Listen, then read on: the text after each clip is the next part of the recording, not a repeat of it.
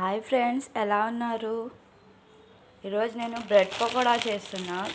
దానికి ముందు బ్రెడ్ తీసుకోండి. తర్వాత కొంచెం కార్న్ పౌడర్ వేయండి. దాని తర్వాత తగినంత ఉప్పు,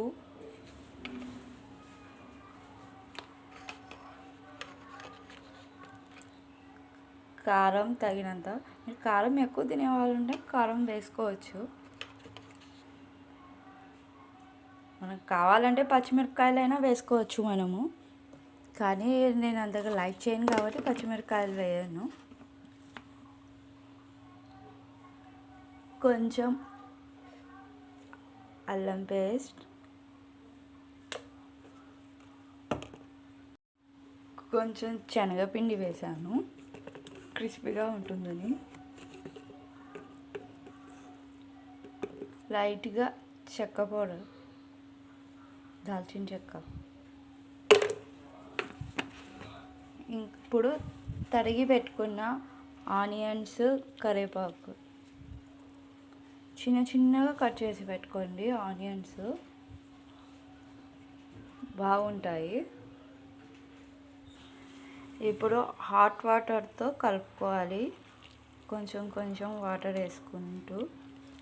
మామూలు వాటర్తో కలిపితే ఉండలుగా అవుతుంది కాబట్టి హాట్ వాటర్ వేసి మనము కలుపుకుందాం.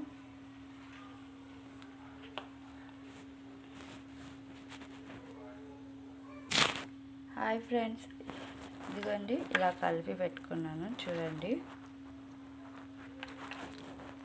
కాసేపు దీన్ని ఇలాగే పెడదాం, ఒక 5 minutes.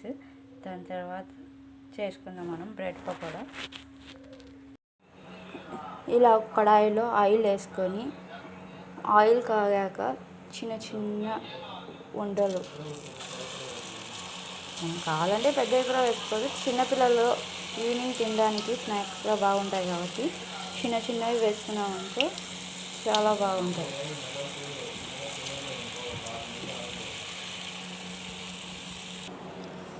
ఇదిగోండి టేస్టీ బ్రెడ్ పకోడా రెడీ అయిపోయింది. కావాలంటే మనం దీంట్లోకి చట్నీ అయినా చేసుకోవచ్చు. పుదీనా చట్నీ అవి చేసుకుంటే బాగుంటుంది. నాకు అంతగా నచ్చదు కాబట్టి నేను ఇలాగే తింటాను.